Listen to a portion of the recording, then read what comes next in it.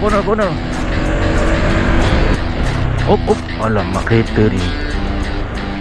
Lah, kan aku dah masuk tempat sempit. Aduh. Sebelah polis tak tu. Kat Melaka ni satu je tak best. Banyak traffic light. Jalan korang sekejap.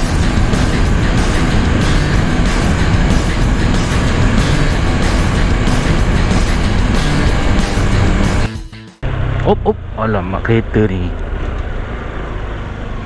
Kau ke mana ni? Lah, kan aku dah masuk tempat sempit. Aduh.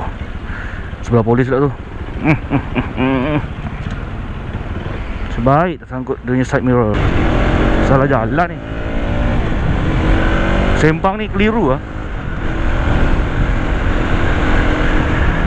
Up. Up.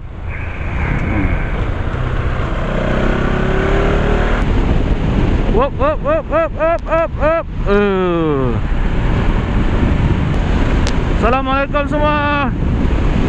Anda bersama dengan channel Straight Wolf. Selamat pagi. Aku ucapkan pada semua viewers dan subscribers. Hari ni aku nak cerita sikit, aku nak kongsi sikit satu benda. 6 ciri nak jadi mat rempit. Stay tuned.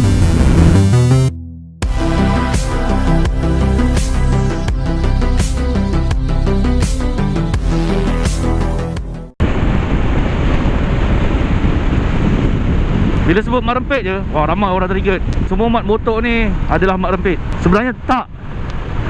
Kalau benda-benda ni, ciri-ciri ni ada pada seseorang tu ataupun pada individu tu, barulah dia boleh digelarkan mat rempit.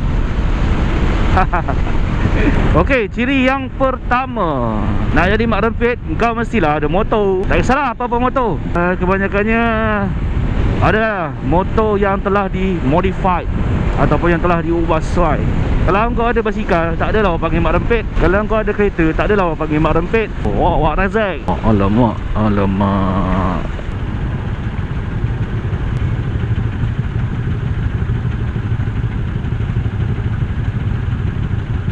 Tomorrow. Ciri yang kedua, kau mestilah seorang lelaki. Nama pun mat rempit kan. Kalau perempuan, orang panggil minah rempit. Lelaki mesti yang gagah berani. Yang ketiga, ciri seorang mat rempit, kau mestilah berani buat stunt. Dan biasa yang mat rempit buat adalah fly. Kau mesti tahu buat fly. Kalau kau tak erti buat fly, kau tak payah jadi mat rempit lah. Kau mesti tahu fly, kau tahu wheelie, kau akan dilabelkan mat rempit. Mat rempit sejati.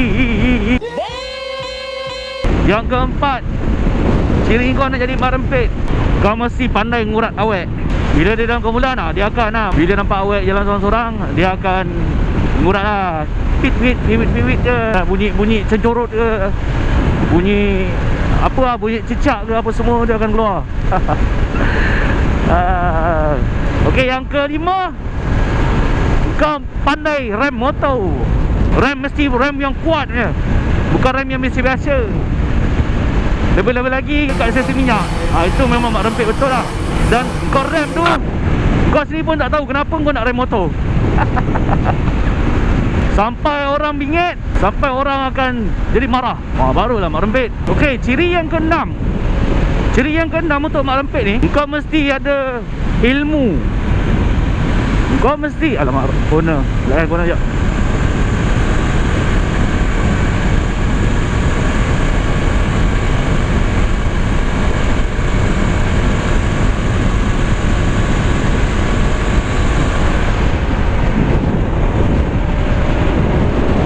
Kau mesti ada ilmu. Yang ilmu ni tak ada pada semua orang. Ilmu tahan maki.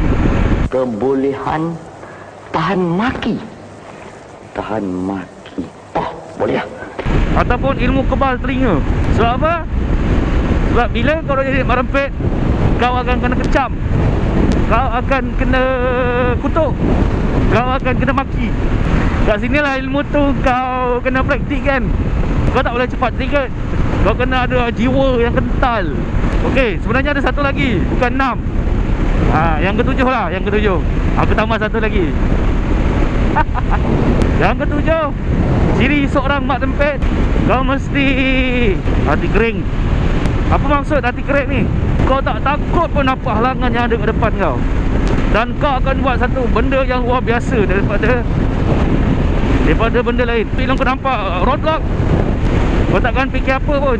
Kau akan U-turn dan kau akan cuba lawan arus.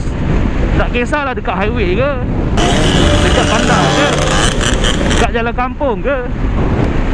So benda-benda ni, kalau kau nak jadi mak rempet, kau mesti kuasai ketujuh-tujuh benda ni. Tapi kalau kau tak ada benda-benda ni, kau tak payahlah. Kau lupakan je lah hajat kau.